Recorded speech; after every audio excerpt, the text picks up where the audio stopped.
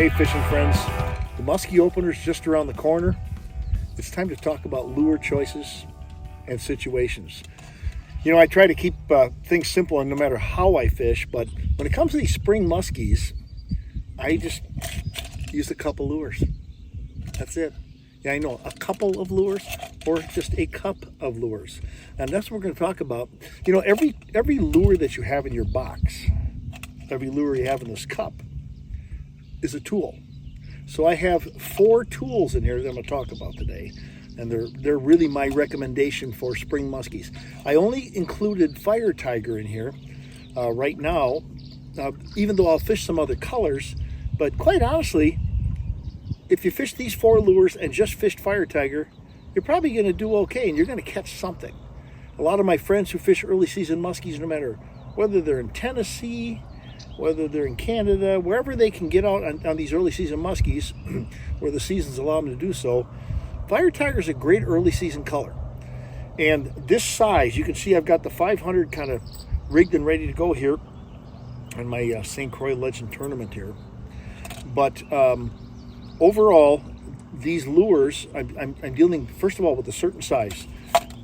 For the most part, I want to go small. So that's one of the first things I'm doing, is when I'm choosing the lures. We're talking about where, but right now, the lures, you know, the lure size in general, there's always exceptions, but in general, smaller size baits are going to produce, you know, great results. I'll give you a classic example right here.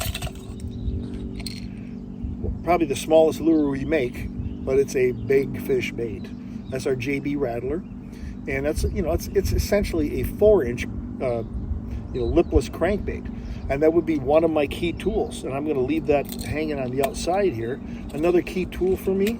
Now, by the way, I would use this bait on clean bottoms. When I love this lure as a search lure in the spring, where I'm just going to run and gun, looking for weed patches, looking for, you know, rock outcroppings, looking for sandbars. This lure is a dynamite lure for that. And, you know, you're going to catch a mixed bag. No matter what one of these lures you fish, you're going to catch a mixed bag this time of the year. And with this lure, you're apt to catch big bass and big walleyes, and of course, big pike as well. Now, before we go any further on these lures, if I had to choose one bait to fish this time of the year, that's the bait right there. 500 Bucher tail. I mean, you fish that 500 Bucher tail, and I know my buddy Chaz Martin's got a video out this week featuring the same thing. You know, his #1 early season lure for muskies, or his early spring, you know, season opener kind of bait. If you just keep one of these snapped on for running and gunning, you can fish anywhere, any spot. You're just trying to cover water, you know, burning this bait around all kinds of stuff. This bait alone, if we just took everything else out of the question, this bait alone is going to put you in the ball game most of the time. Are there exceptions? Yeah. And that's where the other baits in our couple lures here are going to come into play. One of the things I do, by the way, with an inline spinner this time of the year is, like always, when you're fishing an inline spinner, you know, long cast, hot retrieve to begin with, especially you want to see that lure bulging the surface so you're over that shallow cover. And a lot of times, by the way, when you're fishing this time of the year, don't be surprised if you don't catch that muskie way up in 6 inches, a foot, 18 inches of water. That's where they're going to be a lot of times, especially when there's bait fish. So this is like probably #1 without questions, the #1 bait.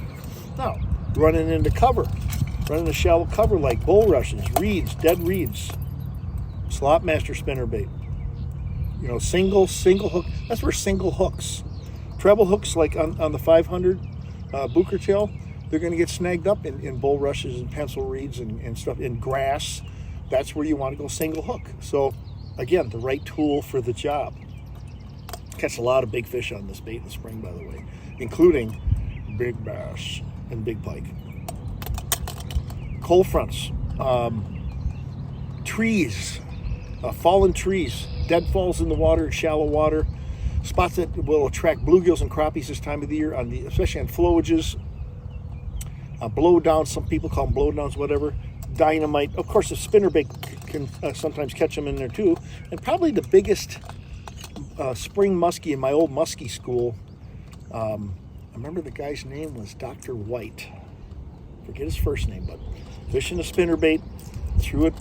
He said, "Joe, where should I fish this? Where should I cast this? You see that tree right there?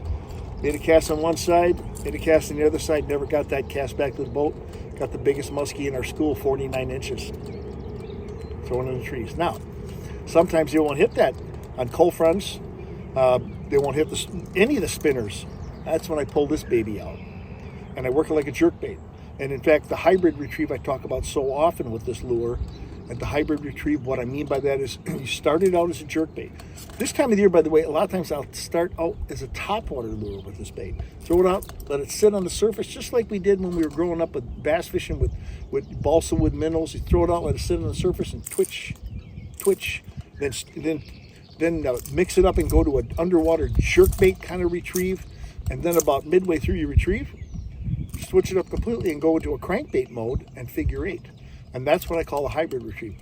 Deadly in cold fronts, deadly when they won't hit these spinners or when they follow them. Okay, so we talked about the inline spinner. We talked about when to use a slot master, and we briefly talked about this, but let's finish with this.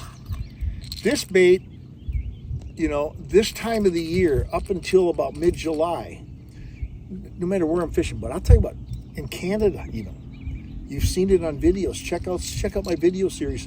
You'll see some of the biggest muskies I've taken early in the season have come on this lure. Not only as a castback lure, which we've shown many times, but also as a lead lure. I fish this lure now when I'm fishing alongside some good anglers. Like you've seen recently, one of the lost episodes that I just recently published caught a huge muskie, and then followed it up, by the way, the next day with another big one, and followed it up the next day with another big one, all on this bait as the lead angler, just bomb casting this bait. And the beauty of this bait is unlike the minnow bait, which is a floating diver, jerk it, it floats up, jerk it, it floats up. The lipless crank is a sinking crankbait. So when you throw this bait out, you burn it early in your retrieve instead of working like I talked about the minnow bait where you twitch it like a bass lure. Here you burn it over shallow water, and as soon as you get over all that real shallow obstructions, then you kick down on, you just back off on the speed, and this thing starts to go deeper, and then you finish, with a pickup and speed and a figure eight. Caught a lot of big fish, caught lots of fish in this lure. That's my cup of lures, my friends, for early season fishing. And wrapping it up, those 4 lures, it's in a cup. That's all you really need. It covers a lot of situations. And again, always think of your lures as tools. And these are the right tools for the job when you're fishing early in the spring.